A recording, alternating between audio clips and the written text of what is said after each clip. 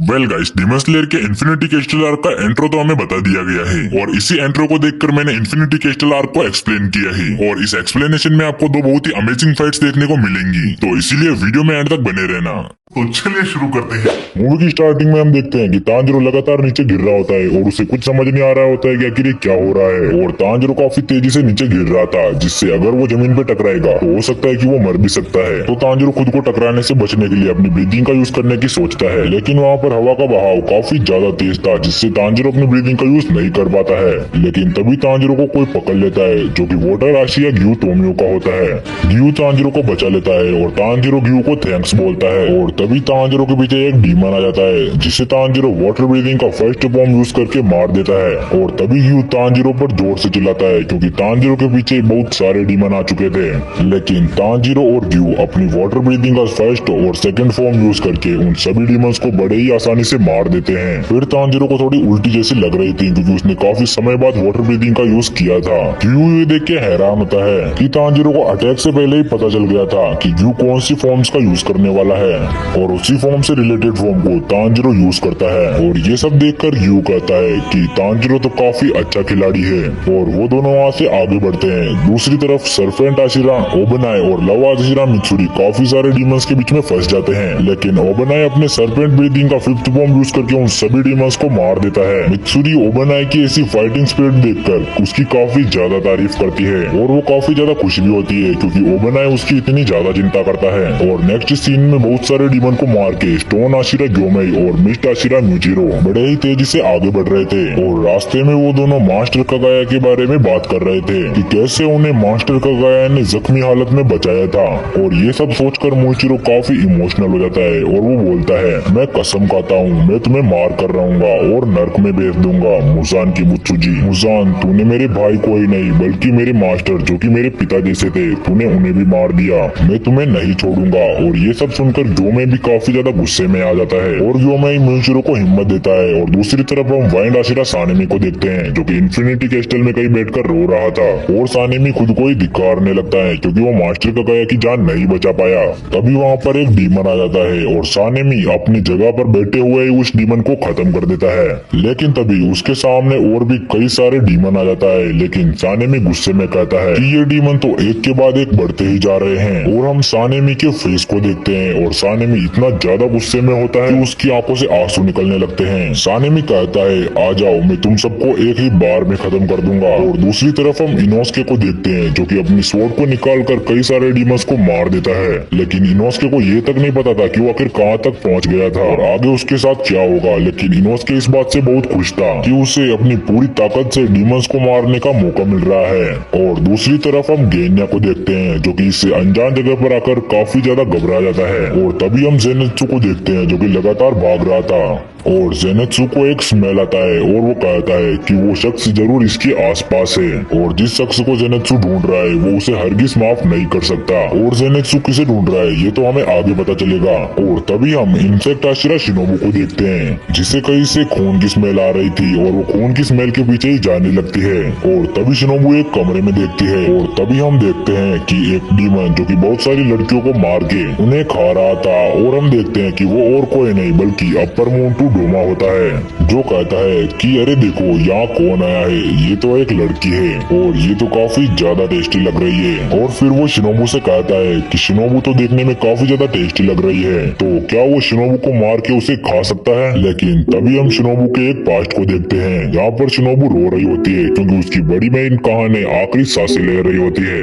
फिर काहाने शिनोबु से कहती है कि वो डीमन स्लेयर कोर्प्स को छोड़ दे और एक नॉर्मल लड़की की तरह अपनी लाइफ को खुशी से जिए और अपनी लाइफ को एंजॉय करते हुए पूरी खत्म करके ही मरे। लेकिन शिनोबु रोते हुए बोलती है कि वो ऐसा हरगिज नहीं करेगी जब तक वो उस डीमन से अपना बदला ना ले ले। और वो उस डीमन का हुलिया पूछती है और वो कहती है कि वो अपनी नॉर्मल लाइफ कैसे जी सकती है जिसके हाथों में उसकी बड़ी बहन दम तोड़ रही हो और इस सब का बदला भी वो ना ले पाए। फिर कानाई शिनोबु से बोलती है कि उस डीमन के सिर पर रेड कलर का ताज है, हाथों में गोल्डन कलर का फैन है और वो चेहरे पर हमेशा स्माइल रखता है। लेकिन तभी एक लड़की शिनोबु से मदद मांगती है, लेकिन डोमा उसे चुप रहने को बोलता है और उस पर अटैक कर देता है। लेकिन शिनोबू अपनी कमाल की स्पीड से उस लड़की को बचा लेती है। शिनोबू की स्पीड देखकर डोमा भी हैरान हो जाता है और शिनोबू से कहता है कि उसकी स्पीड तो लाजवाब है, क्या वो लड़की एक डीमन स्लेयर है? लेकिन तभी वो लड़की अपने आप ही कई हिस्सों में कट जाती है, क्योंकि डोमा का वो अटैक उस लड़की पर लग गया था। शिनोबू ये देखकर हैरान होती है। फिर डोमा बोलता है कि वो उस लड़की के बारे में चिंता न करे, क्योंकि डोमा बाद में उस लड़की को पूरी तरह से खा जाएगा।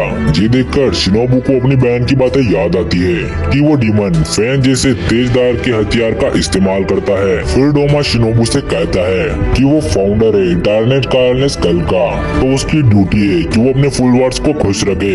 ये सब सुनकर शिनोबू समझ जाती है कि उसकी बहन को मारने वाला डीमन यही है। फिर शिनोबू डोमा से कहती है कि क्या इसी सेरेमिंग से लोगों को खुश रखना कहते हैं? वो लड़की अभी मदद मांग रही थी। इसके रिप्लाई में डोमा कहता है कि उस लड़की को तो उसने आजादी दे दी है, क्योंकि वो लड़की बहुत दर्द में जी रही थी, लेकिन अब उस लड़की को कोई भी दर्द महसूस नहीं होगा और ना ही वो अब किसी से डरेगी। असलियत में हर इंसान अपनी मौत से डरता है, इसलिए डोमा उन्हें मारकर उनके डर से मुक्त करा देता है। डोमा उसके फॉलोअर्स को मार के खा जाता है और उन्हें अपने अंदर पूरी तरीके से बसा लेता है। शिनोबू ये सब सुनकर बोलती है कि डोमा की सोच बिल्कुल पागलपन है, और ये सुनकर डोमा थोड़ा हैरान हो जाता है, क्योंकि शिनोबू से पहली मुलाकात में डोमा के सामने शिनोबू इतनी कठोरता दिखा रही है। तो फिर डोमा समझ जाता है कि शिनोबू को जरूर कोई मुश्किल पड़ाव उसको परेशान कर रहा है और उस पड़ाव के बारे में डोमा सुनना चाहता है। ये सुनकर शिनोबू काफी ज्यादा गुस्से में आ जाती है और कहती है, क्या तुम्हें ये हरोई देखकर कुछ याद नहीं आ रहा? ये हरोई उसी का है जिसे तुमने मारा था। फिर डोमा को काना के बारे में याद आता है, जो कि एक डीमन स्लेयर थी। वो लड़की जो फ्लावर ब्रीदिंग का यूज करती है और वो बहुत ही खूबसूरत थी, और साथ ही वो लड़की काफी काबिल भी थी। मुझे इस बात पर अफसोस है कि मैं उस लड़की को मारकर पूरा नहीं खा पाया। ये सुनकर शिनोबू अपनी इंसेक्ट ब्रीदिंग से डोमा की आंख पर अटैक कर देती है, और शिनोबू इतनी ज्यादा फास्ट थी कि डोमा अपने हाथों से उस अटैक को रोक ही नहीं पाया। लेकिन डोमा अपनी ब्लड डीमन आर्ट से शिनोबू को दूर कर लेता है और डोमा का थोड़ा अटैक उसको लग जाता है। डोमा का अटैक इतना ज्यादा ठंडा होता है कि वो उसको एक ही पल में जमा कर उसके टुकड़े टुकड़े कर सकता है। फिर डोमा शिनोबू की स्पीड की तारीफ करता है और कहता है कि वो अपनी स्वॉर्ड को इस तरह घुसाकर ये लड़ाई नहीं जीत सकती, क्योंकि एक डीमन को मारने के लिए उसका गला काटना पड़ता है। जिसके रिप्लाई में शिनोबू कहती है कि वो अपनी स्वॉर्ड को इस तरह घुसाकर ये मुकाबला नहीं जीत सकती, लेकिन बात अगर जहर की हो तो बाजी पलटी जा सकती है। तभी हम देखते हैं कि डोमा की आंख पर जहर फैल चुका था और वो नीचे गिर जाता है, और जहर की वजह से वो खून की उल्टी करने लगता है। लेकिन शिनोबू को एक डाउट था कि उसका ये जहर एक अपर मून के ऊपर काम करेगा या फिर नहीं। फिर डोमा शिनोबू की जहर की तारीफ करता है, लेकिन फिर वो उस जहर को धीरे धीरे ऑब्जर्व करने लगता है, और अब डोमा को पता चल गया था कि शिनोबू अपने जहर को अलग अलग टाइप में एब्जॉर्ब कर सकती है, और वो ऐसा तब करती है जब वो अपने स्वॉर्ड को अपने कबर में घुसाती है। फिर डोमा हंसते हुए कहता है कि शिनोबू का जहर तो काफी पावरफुल है, और वो शिनोबू के बाकी जहर को भी देखना चाहता है, क्या वो उसके ऊपर काम करेगा। ये सुनकर शिनोबू लड़ने के लिए रेडी होती है और कहती है कि उसे ये पहले ही पता था कि उसका जहर एक अपर मून के ऊपर काम नहीं करेगा, तो वो इस बार अपने असली जहर का टेस्ट करवाएगी। और आगे हम डोमा के बचपन के एक पास्ट को देखते हैं। बचपन में डोमा की आंखें रेनबो कलर की थी और उसके बाल व्हाइट एंड ब्राउन कलर के थे, जिससे लोग डोमा को एक अनोखा बच्चा समझते थे और उसे भगवान का एक अवतार मानने लगे। लोगों को लगता था कि डोमा भगवान की आवाज को सुन सकता है, लेकिन असलियत में ऐसा कुछ नहीं था। डोमा ने कभी भी भगवान की आवाज नहीं सुनी थी, जिससे डोमा इन लोगों को और उसके माता पिता को एक नंबर का बुद्धू समझता है, क्योंकि उसके माता पिता ने डोमा के लिए एक टेंडल बना लिया था और उसे एक अनंत पथ नाम का नाम दे दिया था, और डोमा को इसका लीडर बना दिया जो इसे गाइड करेगा। और उस टेम्पल में डोमा की पूजा करने के लिए भीड़ लगने लगी। वे सभी अपना सर झुकाते हुए रोते हुए डोमा से स्वर्ग जाने का तरीका पूछते थे, क्योंकि डोमा को बिल्कुल भी अच्छा नहीं लगता और वो रो पड़ता है, क्योंकि डोमा के हिसाब से स्वर्ग और भगवान इन दोनों का कोई अस्तित्व नहीं है। इन लोगों ने कभी भगवान को नहीं देखा, लेकिन फिर भी ये भगवान के ऊपर इतना भरोसा कैसे कर सकते हैं। ये लोग ही क्यों नहीं समझते कि इंसान को सिर्फ इस दुनिया में जन्म लेके अपना जिंदगी गुजारना और फिर मरने के लिए ही बनाया गया है। चाहे इंसान कितना ही कोशिश क्यों न कर ले, लेकिन आखिर में उन्हें मरना ही जरूर है, और यही इंसान का असली किस्मत है। लेकिन डोमा इन सभी लोगों को खुश देखना चाहता है और उनकी मदद करना चाहता है, और डोमा को लगता है कि उसका जन्म सिर्फ इसी काम के लिए हुआ है। और अब सीन प्रेजेंट में शिफ्ट होता है, जिस पर डोमा कहता है कि शिनोबू ने अब तक अपना 5वां जहर डोमा के ऊपर यूज कर लिया है, पर एक भी उसके ऊपर काम नहीं कर रहा, और इन जहर का असर धीरे धीरे खत्म होता जा रहा है। और वो शिनोबू से पूछता है कि अब वो और कितना जहर बना सकती है। फिर डोमा शिनोबू से कहता है कि क्या शिनोबू को सांस लेने में तकलीफ हो रही है, क्योंकि शिनोबू के फेस से काफी पसीना बह रहा था। शिनोबू सोचती है कि ये एक अपर मून की पावर है और उसका जहर जितना ज्यादा काम करता है उससे तेजी से डोमा अपने आप को हील कर लेता है। फिर डोमा कहता है कि शिनोबू को सांस लेने में तकलीफ इसीलिए हो रही है क्योंकि डोमा का ब्लड डीमन आर्ट थोड़ा सा शिनोबू को लग गया था। फिर शिनोबू समझ जाती है कि डोमा ने अपने जमे हुए खून को कोहरे में बदल दिया और उसे चारों ओर फैला दिया। फिर शिनोबू सोचती है कि इस बार वो अपना बहुत सारा जहर एक अटैक में ही दे देगी और वो अपनी insect breathing dance of the dragon fly use करके डोमा के ऊपर अटैक कर देती है। डोमा उसकी स्पीड को देखकर कहता है कि इसमें कोई शक नहीं, शिनोबू बहुत तेज है और अब तक वो जितने भी डीमन स्लेयर से लड़ा है शिनोबू उन सब में से सबसे ज्यादा फास्ट है। लेकिन तभी हम देखते हैं कि डोमा ने भी शिनोबू पर काउंटर अटैक कर दिया था जिससे शिनोबू बहुत घायल हो जाती है। फिर डोमा शिनोबू को ट्रोल कर कहता है कि उसे डोमा का गला काटने पर ज्यादा फोकस करना चाहिए था, ना कि उसे जहर देने पर। अगर शिनोबू अपनी स्पीड का सही इस्तेमाल करती तो शायद वो जीत सकती थी, लेकिन इन सब का कोई फायदा नहीं क्योंकि शिनोबू बहुत छोटी है। ये सुनकर शिनोबू अपने हाथों की तरफ देखती है और सोचती है कि उसके हाथ इतने छोटे क्यों है और उसकी लंबाई आखिर क्यों नहीं बढ़ी। अगर उसका शरीर थोड़ा बड़ा होता तो क्या वो डोमा को हरा पाती, क्योंकि इंसान के हाथ पैर जितने ज्यादा लंबे होंगे उसकी मांसपेशियां उतनी ही ज्यादा होंगी जिससे उस इंसान को अलग एडवांटेज मिल पाता। लेकिन काने फिर भी शिनोबू से बड़ी थी लेकिन फिर भी वो डोमा को नहीं हरा पाई। लेकिन तभी शिनोबू को याद आता है कि उसकी बड़ी बहन उसके आखिरी समय में शिनोबू को कुछ बताने की कोशिश कर रही थी। शिनोबू उस डीमन से हार जाएगी लेकिन वो शिनोबू से नहीं बोल पाई। लेकिन तभी काने की आत्मा शिनोबू के पास आती है, वो उसे खड़े होने को बोलती है लेकिन शिनोबू ऐसा नहीं कर पाती है क्योंकि उसका बहुत सारा खून बह चुका था और उसका बाया फेफड़ा टुकड़े टुकड़े हो चुका था जिससे वो सांस नहीं ले पा रही थी। लेकिन काने कहती है कि इन सबसे इसका कोई मतलब नहीं, शिनोबू को उठना होगा। ये सुनकर शिनोबू थोड़ा हैरान हो जाती है। तभी काने कहती है कि अगर उसने डीमन को मारने का कसम खाया है तो उसे उठना होगा, अगर उसने जीतने का कसम खाया है तो उसे उठना होगा, चाहे उसके लिए उसे कोई भी बलिदान देना पड़े। और शिनोबू ने काने से वादा किया था कि वो उसका बदला लेकर रहेगी और उसने कनाव से भी वादा किया था। और तभी डोमा शिनोबू के पास आता है और उसे कहता है कि उसके लिए उसे वो माफ कर दे क्योंकि उसने शिनोबू को अधमरे हालत में ही छोड़ दिया जिससे उसको दर्द हो रहा है। अभी काने शिनोबू से कहती है कि वो ये कर सकती है, बस उसे कोशिश करना होगा। ये सुनकर शिनोबू मोटिवेट हो जाती है और फिर से उठ खड़ी होती है जिसे देखकर डोमा थोड़ा हैरान हो जाता है कि शिनोबू आखिर फिर से खड़ी कैसे हो रही है। क्या शिनोबू सच में कोई इंसान ही है, क्योंकि उसका एक फेफड़ा पूरी तरह से खराब हो चुका है और उसका काफी सारा खून भी बह चुका है और इतना सब होने के बाद एक इंसान इतनी देर तक जिंदा नहीं रह सकता। शिनोबू डोमा की तरफ देखती है और फिर उससे खांसी आने लगती है। ये देखकर डोमा कहता है कि उसका ज्यादातर खून उसके फेफड़े में जा चुका है तो उसे इतनी मेहनत करके खड़े होने की कोई जरूरत नहीं है। डोमा बड़े ही आसानी से शिनोबू का सर जमीन में बदल देगा और उसे दर्द भी नहीं होगा क्योंकि शिनोबू किसी भी हालत में नहीं बच सकती तो वो हार मान ले।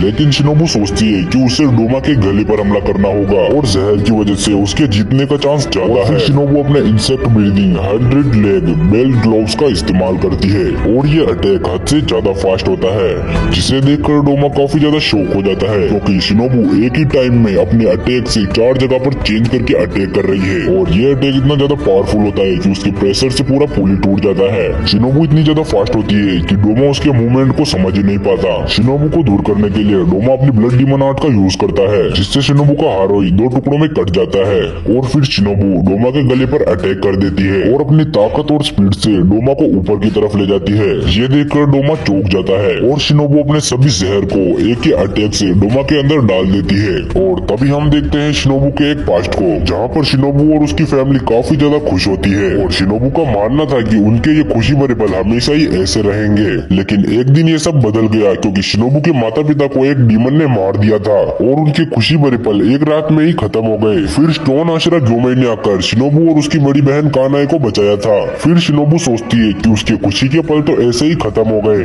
लेकिन उनके जैसे और भी लोग हैं जिनकी खुशियाँ अभी तक खत्म नहीं हुई। और फिर ये दोनों कसम खाते हैं कि ये दोनों स्ट्रॉन्ग बनेंगे और ये लोगों की खुशियों को बचाएंगे। ये दोनों मिलकर डीमंस को मारेंगे फिर चाहे एक ही क्यों ना हो। फिर शिनोबू प्रेजेंट में बोलती है भले ही हम कमजोरी क्यों ना हो, भले ही हम डीमंस की गर्दन नहीं काट सकते हो, लेकिन अगर हमने एक डीमन को मारा तो उससे 10 लोग बचेंगे, लेकिन अगर हमने एक अपर मून डीमन को मारा तो उससे सैकड़ों लोग बचेंगे। इससे कोई फर्क नहीं पड़ता कि मैं ये काम कर सकती हूँ या नहीं, लेकिन ये काम ऐसा है जो सिर्फ मैं ही कर सकती हूँ। फिर शिनोबू को तांजिरो की एक बात याद आती है जिसमें तांजिरो बोलता है क्या शिनोबू गुस्सा है और फिर शिनोबू प्रेजेंट में सोचती है तुम उस दिन सही थे तांजिरो, मैं उस दिन गुस्सा थी और मैं बहुत लंबे समय से इस गुस्से के साथ जी रही हूँ क्योंकि मेरे माता पिता को मार दिया गया और मेरी बड़ी बहन को भी मार दिया गया और कनाव को छोड़ के मेरे बाकी स्टूडेंट्स को भी मार दिया गया।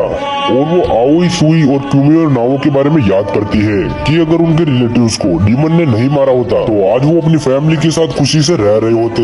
और यही सब बातें शिनोबू को परेशान कर रही थी। अभी शिनोबू ये देखकर हैरान होती है कि उसका जहर डोमा के ऊपर काम क्यों नहीं कर रहा और शिनोबू का हाथ भी जल जाता है और अब वो नीचे गिरने लगती है। लेकिन डोमा अपनी आइस टेक्निक से शिनोबू को पकड़ के उससे गले लगा लेता है और शिनोबू से रोते हुए कहता है कि शिनोबू ने बहुत अच्छा किया, उसने काफी मेहनत की। और वो शिनोबू की तरफ ट्रोल करके कहता है, मैं ये देखकर हैरान हूँ कि तुम जैसी कमजोर लड़की इस हद तक पहुँच गई। तुमने अपनी पूरी लाइफ में बहुत सारे डीमंस को मारा होगा, लेकिन तुम्हारी फाइटिंग स्किल तुम्हारी बहन से बहुत कम है और इतना सब होने के बाद अभी भी तुम जिंदा हो, ये किसी चमत्कार से कम नहीं है। इसका नतीजा जानते हुए भी इसके लिए इतनी मेहनत करना बेकार है। तुम फिर भी मुझे हराने की अपनी पूरी कोशिश कर रही हो और यही सब मूर्खता इंसानों को सबसे अलग बनाती है।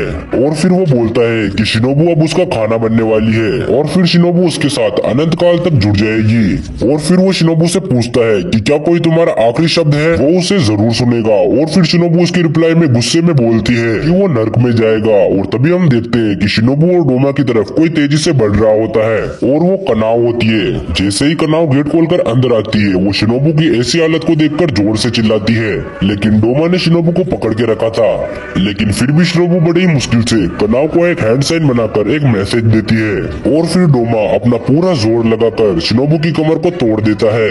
ये देखकर कनाव बहुत ही ज्यादा शौक में पड़ जाती है और शिनोबू का ब्लेड उसके हाथ से निकलकर नीचे गिर जाती है और यहीं पर अपने इंसेक्ट हाशिरा शिनोबू का दी एंड होता है। ये देखकर कनाव गुस्से से पागल हो जाती है और फिर वो जोर जोर से चिल्लाने लगती है और फिर वो फ्लावर ब्रीथिंग का फोर्थ फॉर्म सेफ फ्लावर रोब का यूज करके डोमा के ऊपर अटैक कर देती है। लेकिन डोमा अपनी स्पीड से अपनी पोजीशन को चेंज करके उस अटैक से बच जाता है और फिर वो कनाव से कहता है कि कनाव डोमा को मारने के लिए काफी ज्यादा करीब थी और फिलहाल वो शिनोबू को एब्जॉर्ब कर रहा है, तो उसे उन दोनों के बीच नहीं आना चाहिए। ये सुनकर कनाव और भी ज्यादा भड़क जाती है और फिर डोमा बोलता है कि क्या कनाव उसके कोहरे वाली ब्लड डीमन आर्ट में नहीं फंस रही। और शिनोबू ने अपने आखिरी समय में उसने अपनी फिंगर से उसे मैसेज दिया था, क्या उसने डोमा के पावर्स के बारे में बताया था। और फिर डोमा बोलता है कि ये सभी अपनी पूरी मेहनत करते हैं, ये जानते हुए भी कि इन सब का कोई फायदा नहीं। और फिर वो शिनोबू के हेड क्लिप को लेकर कहता है और उसके लिए आज की रात काफी अच्छी रात है क्योंकि उसे एक के बाद एक अच्छा खाना मिल ही रहा है। फिर कनाव सोचती है कि उन सभी का मानना था कि जो लोग एक दूसरे के अच्छे दोस्त होते हैं और एक दूसरे की बात मानते हैं वो लोग ज्यादा समय तक जिंदा रहते हैं, लेकिन ये सब एक कल्पना है। कोई भी आज तक ऐसा वादा नहीं कर पाया कि वो हमेशा जीवित रहेगा। सब हम कीरिया ओबियाशी को देखते हैं जो कि इन्फिनिटी कैसल का एक मॉडल चित्र बना रहा था, लेकिन कनाता अपने इमोशंस को रोक नहीं पाती क्योंकि रिसेंटली में उसके माता पिता मरे हैं, जिसे याद करके वो रो पड़ती है। लेकिन कीरिया उसे रोने के लिए मना करता है और अपने काम पर ध्यान देने के लिए बोलता है और कनाता को ये यकीन दिलाता है कि वो जरूर जीतेंगे। दूसरी तरफ हम साउंड आशिरा, तेंगिन उजुई और रेंगोकू के फादर शिंजुरो को देखते हैं। फिर तेंगिन बोलता है कि कीरिया एक कमाल का लड़का है, उसके माता पिता के मरने के बाद भी वो सभी डीमन स्लेयर को लगातार मैसेज भेज रहा है, वो बखूबी अपना ड्यूटी निभा रहा है। ये सुनकर शिंजुरो बोलता है ये बच्चे इतनी छोटी उम्र में भी अपनी ड्यूटी का शिद्दत से पालन कर रहे हैं, ठीक वैसे ही जैसे कि क्यूजरो रेंगोकू किया करता था। वो हमेशा अपनी जान जोखिम में डालकर अपने साथियों की रक्षा करता था और वो हमेशा कहता था कि वो रेंगोकू फैमिली का नाम कभी भी बदनाम नहीं करेगा। दूसरी तरफ हम उरोको डाकी को देखते हैं जो कि नेजुको का ख्याल रख रहा था और नेजुको के फेस से काफी पसीना निकल रहा था, जिसे देखकर उरोको डाकी बोलते हैं कि नेजुको को काफी दर्द हो रहा है। और लेडी तमायो ने जितनी भी दवाइयाँ दी थी उरोको डाकी ने उन सभी का यूज कर लिया है। फिर उरोको डाकी नेजुको को देखकर कहता है क्या नेजुको ये कर पाएगी, वो फिर से ह्यूमन बन पाएगी, और अगर नेजुको वापस इंसान बन गई तो मुजान का सारा प्लान चौपट हो जाएगा। और सिर्फ नेजुको ही है जो मुजान के प्लान को सक्सेस कर सकती है क्योंकि वो पहली ऐसी डीमन है जो सनलाइट में रह सकती है। और फिर उरोको डाकी बुरी तरीके से कांपने लग जाते हैं और पसीने से भर जाते हैं क्योंकि उन्हें इस लड़ाई का अंतिम मोड़ सता रहा था। जब भी उरोको डाकी इस बात को सोचने लगते हैं तो उनका दिल कांपने लगता है और उनके हिसाब से ये लड़ाई आज रात ही खत्म हो जाएगी। फिर उरोको डाकी को वो दिन याद आता है जब तांजिरो अपनी डीमन बहन को पहली बार उनके पास लेकर आया था और उसी समय से ये पूरा दिन एक कोगवेल की तरह घूम गया। उरोको डाकी नेजुको और तांजिरो को हार न मानने के लिए कहता है। दूसरी तरफ हम अकासा को देखते हैं जो कि तांजिरो के ऊपर अटैक कर देता है, लेकिन तांजिरो हिनोकामी कागुरा का यूज करके उस अटैक से बच जाता है और एक पलटवार कर देता है। और वो सोचता है कि उसे अकासा का हाथ काटना ही होगा क्योंकि वो उसका सिर इतनी आसानी से नहीं काट पाएगा। तभी क्यों तांजिरो की स्पीड देखकर हैरान होता है और तभी तांजिरो अकाजा का एक हाथ काट देता है। ये देखकर तांजिरो सोचता है कि वो अकाजा के फाइटिंग मूवमेंट को समझ रहा है तो वो ये लड़ाई जीत पाएगा। पहले तो वो अकाजा का सिर नहीं काट पाया, लेकिन इस बार वो अकाजा का सिर जरूर काटेगा। लेकिन तभी अकाजा तांजिरो के ऊपर अचानक से अटैक कर देता है, लेकिन तांजिरो हिनोकामी कागुरा के एक अलग ही फॉर्म का यूज करके उस अटैक को एक ही सेकंड में डोज कर लेता है, जो देखकर अकाजा भी हैरान होता है।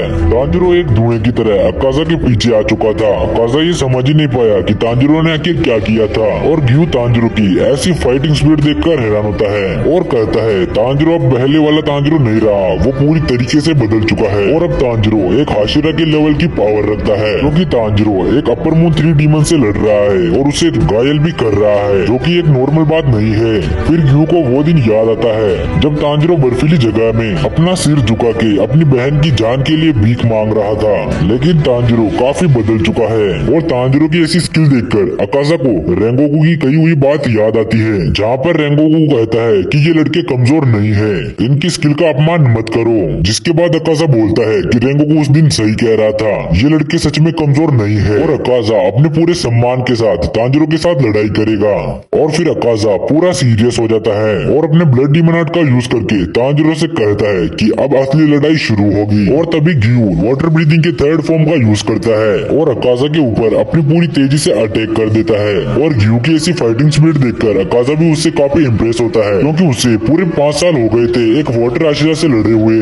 और अकाजा अपनी ब्लड डीमन आर्ट से ग्यू के ऊपर मल्टीपल पंचेस यूज करता है, लेकिन ग्यू वाटर ब्रीदिंग के 11th फॉर्म को यूज करके उन सभी पंचेस से डोज कर लेता है, जिसे देखकर अकाजा कहता है कि ऐसा उसने पहले कभी नहीं देखा। उसने जब आखिरी वाटर आशिरा को मारा था उसके पास भी ऐसी टेक्निक नहीं थी। तभी तांजिरो हिनोकामी कागुरा से अकाजा के ऊपर अटैक कर देता है, लेकिन अकाजा इसे बड़े ही आसानी से डोज कर लेता है। तांजिरो ये देखकर हैरान हो जाता है, लेकिन तभी अकाजा तांजिरो के पीछे आकर उससे मारने ही वाला होता है। तांजिरो इससे बचने के लिए हिनोकामी कागुरा का इस्तेमाल करने वाला होता है, लेकिन तभी ग्यू वाटर ब्रीदिंग के 7th फॉर्म का यूज करके अकाजा के हाथ को ही काट देता है, लेकिन अकाजा उसे तुरंत ही रीजनरेट कर लेता है, जिसे देखकर ग्यू भी हैरान होता है और फिर से अटैक करता है। और तांजिरो अकाजा के पैर के काटने की कोशिश करता है, लेकिन अकाजा इसे देख लेता है और तांजिरो के ऊपर एक जानलेवा हमला करता है। तांजिरो इससे बचने की कोशिश करता है, लेकिन उस पर थोड़ा अटैक लग गया था, जिससे उसकी नाक और मुंह से खून बहने लगता है। दूसरी तरफ ग्यू अकाजा के ऊपर अटैक कर देता है और अकाजा ग्यू की ये स्किल देखकर काफी हैरान होता है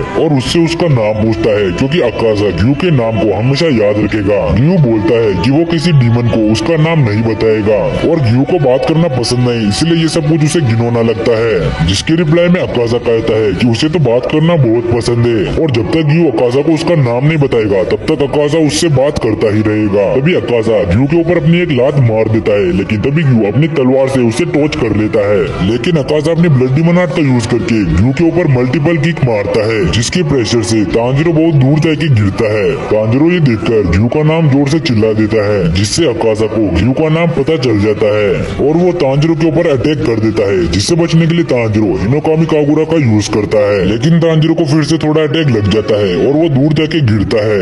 और अकाजा तांजिरो की तारीफ करता है और उससे कहता है कि उसने खुद को बहुत इम्प्रूव किया, क्योंकि जिस रात रेंगोकू क्यूजिरो मरा हुआ था उस टाइम तो तांजिरो जमीन पर गिरा हुआ एक कमजोर इंसान था, और अब तांजिरो पहले से ताकतवर हो चुका है, इसलिए अकाजा उसे मारने के लिए उतावला हो रहा है। और वो कहता है कि उसे बहुत खुशी है कि क्यूजिरो उसी रात मारा गया। बेशक वो ताकतवर था, लेकिन उसके दिमाग में तो बस भूसा भरा हुआ था, क्योंकि वो उस रात डीमन नहीं बना। तांजिरो ये सुनकर काफी भड़क जाता है और कहता है कि भूसा तो अकाजा के दिमाग में भरा हुआ है, और वो रेंगोकू के बारे में और भी एक बेकार शब्द नहीं सुनेगा। अकाजा कहता है कि वो तो सिर्फ तांजिरो और रेंगोकू की तारीफ कर रहा है। इसके रिप्लाई में तांजिरो कहता है कि अकाजा को कोई हक नहीं कि वो रेंगोकू के बारे में कुछ भी भला बुरा कहे, क्योंकि अकाजा जब चाहे किसी के भी मुंह में थूक देता है, फिर चाहे सामने कोई भी हो। अकाजा कहता है कि तांजिरो को कोई गलत फहमी हुई है, वो तो सिर्फ उन्हीं लोगों के मुंह पे थूकता है जो लोग कमजोर होते हैं। फिर अकाजा थोड़ा निराश हो जाता है और कहता है वो कमजोरों से सिर्फ नफरत करता है,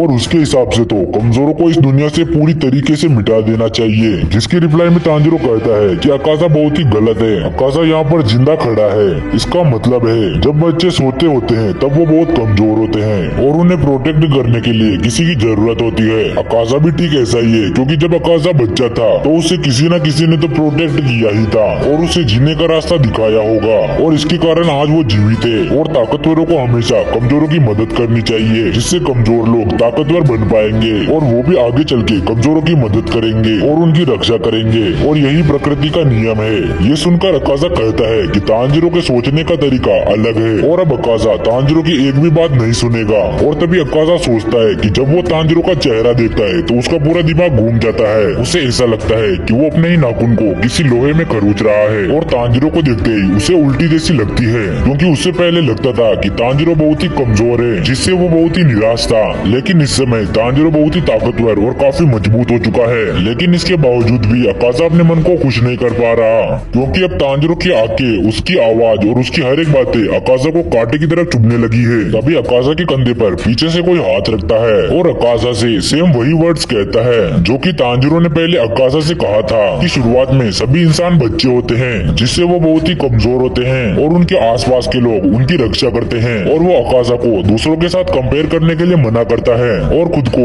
और ज्यादा मजबूत बनाने के लिए बोलता है। अगर अकाजा 10 या 20 साल और ज्यादा मेहनत करता तो आज वो काफी काबिल बन चुका होता, जिससे वो दूसरों की मदद कर पाता। तभी अकाजा एक पंच मार के उस आदमी का हाथ अपने कंधे से हटाता है और वो देखता है कि उसके पीछे तो कोई नहीं था। तांजिरो भी ये देखकर हैरान था कि अकाजा आखिर क्या कर रहा है। और तभी अकाजा तांजिरो की तरफ देखकर कहता है कि तांजिरो सच में एक बेहुदा लड़का है और वो तांजिरो के ऊपर अटैक कर देता है। और अकाजा का ये अटैक काफी ज्यादा पावरफुल और काफी फास्ट होता है, जो देखकर तांजिरो को विश्वास नहीं होता, क्योंकि अकाजा का अटैक इतना पावरफुल और फास्ट होने के बावजूद भी इतना परफेक्ट और एक्यूरेट है।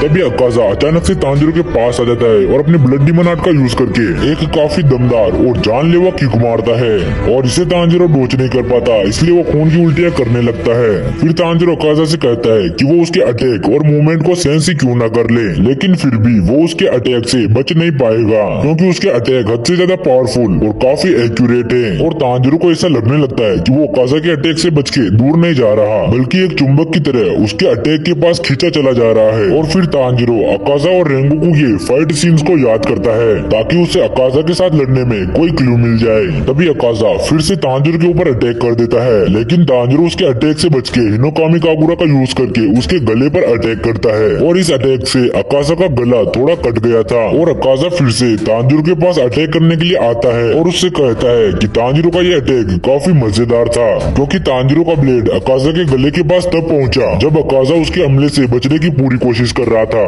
दूसरी तरफ हम रेंगोकू के ब्रदर शिंजुरो को देखते हैं, जो कि प्रार्थना कर रहा था, क्योंकि अब एक बड़ा युद्ध शुरू हो चुका था और वो प्रे करता है कि उसके फादर और तांजिरो दोनों ही सही सलामत रहे। और शिंजुरो ने तांजिरो के पास एक लेटर भी भेजा है जिसमें सन ब्रीदिंग और उसके यूजर के बारे में बहुत कुछ लिखा हुआ है, और साथ ही साथ उस लेटर में सन ब्रीदिंग के यूजर के बारे में बहुत कुछ लिखा है जो कि मुजान के साथ लड़ा था, और उस लड़ाई की कुछ डिटेल्स भी उस लेटर में लिखी हुई थी। और उस सन ब्रीदिंग यूजर ने मुजान के साथ लड़ते हुए अपना आत्मविश्वास खो दिया था, लेकिन शिंजुरो को ये यकीन है कि तांजिरो अपना आत्मविश्वास कभी नहीं खोएगा और तांजिरो ही अपने नए भविष्य का रास्ता खोलेगा। दूसरी तरफ तांजिरो और अकाजा अभी तक लड़ रहे थे और उनके साइड में वही कासुगा इकुरो खड़े थे, जिसके पास शिंजुरो का लेटर था। और ये लेटर अभी तक तांजिरो को नहीं मिला, क्योंकि अभी भी उसके साथ अपर मून 3 की लड़ाई जारी थी। जब तक वो अपर मून 3 को नहीं हराएगा तब तक वो इस लेटर को नहीं पढ़ पाएगा। अभी तांजिरो फिर से हिनोकामी कागुरा का यूज करके अकाजा के ऊपर अटैक कर देता है, लेकिन अकाजा इस बार अपने दोनों हाथों से उसकी ब्लेड को ही पकड़ लेता है, जो देखकर तांजिरो काफी ज्यादा शौक में पड़ गया था। फिर तांजिरो अपने सिर से अकाजा के सिर पर मारता है, लेकिन इसका भी कोई फायदा नहीं होता और उसका ब्लेड अभी तक अकाजा के हाथ में फंसा हुआ था। फिर तांजिरो अकाजा के सिर पर एक जोरदार लात मारता है, लेकिन इससे भी अकाजा को कोई फर्क नहीं पड़ता और तांजिरो का ब्लेड अभी भी अकाजा के हाथों में ही फंसा हुआ था। तभी अचानक से अकाजा के दोनों हाथ कट जाते हैं, जिसकी हेल्प से तांजिरो अपनी ब्लेड को निकाल लेता है और हम देखते हैं कि वहाँ पर ग्यू घायल हालत में आ गया होता है और ग्यू ने ही अकाजा के हाथों को काटा था। और इस बार ग्यू बहुत ही ज्यादा गुस्सा होता है और अब वो उस लेवल पर पहुंच गया था जिस लेवल पर ग्यू जाने की बहुत दिनों से कोशिश कर रहा था। और अब ग्यू बोलता है कि वो किसी लड़ाई में अपनी ब्लेड का फालतू में यूज नहीं करना चाहता और उसे ये बिल्कुल भी पसंद नहीं कि उसका अपोनेंट उसके साथ सिर्फ मजे के लिए लड़ रहा हो। लेकिन इस समय ग्यू एक ऐसे अपोनेंट के सामने खड़ा है जो कि हद से ज्यादा पावरफुल है, जिसने ग्यू को लगभग हार की कगार पर लेके आया है। और अब ग्यू ये महसूस करता है कि उसके सोए हुए ऑर्गन्स पूरी तरीके से जाग चुके हैं, क्योंकि उसके सामने एक पावरफुल अपोनेंट खड़ा है। और ऐसा तभी होता है जब कोई इंसान मरने और जीने की कगार पर होता है, लेकिन ये बात उस इंसान के एबिलिटी और डिफेंस पर निर्भर करती है कि वो कितनी देर तक टिक सकता है। दूसरी तरफ तांजिरो ग्यू को देखकर हैरान होता है, क्योंकि ग्यू के पेस पर डीमन स्लेयर मार्क आ चुका था। फिर ग्यू वाटर ब्रीथिंग का यूज करके अकाजा अकाजा के ऊपर अटैक कर देता है, लेकिन अकाजा इससे बचते हुए ग्यू के ऊपर एक पंच मारता है, लेकिन ग्यू उस पंच को डॉज करते हुए अकाजा के गले पर अपना ब्लेड ले जाता है और अकाजा के गले पर अटैक कर देता है, लेकिन अकाजा इससे बच जाता है, लेकिन फिर भी उसे थोड़ा सा कट लग जाता है। अकाजा ये देखकर हैरान होता है और तभी वो नोटिस करता है कि ग्यू के फेस पर डीमन स्लेयर मार्क आ चुका है, जिससे उसकी स्पीड काफी बढ़ चुकी थी। और तभी ग्यू अचानक से अकाजा के पास आ जाता है और वाटर ब्रीथिंग के फोर्थ फॉर्म का यूज करके अकाजा के ऊपर अटैक कर देता है, लेकिन अकाजा अपने हाथ से इस अटैक को ब्लॉक कर देता है।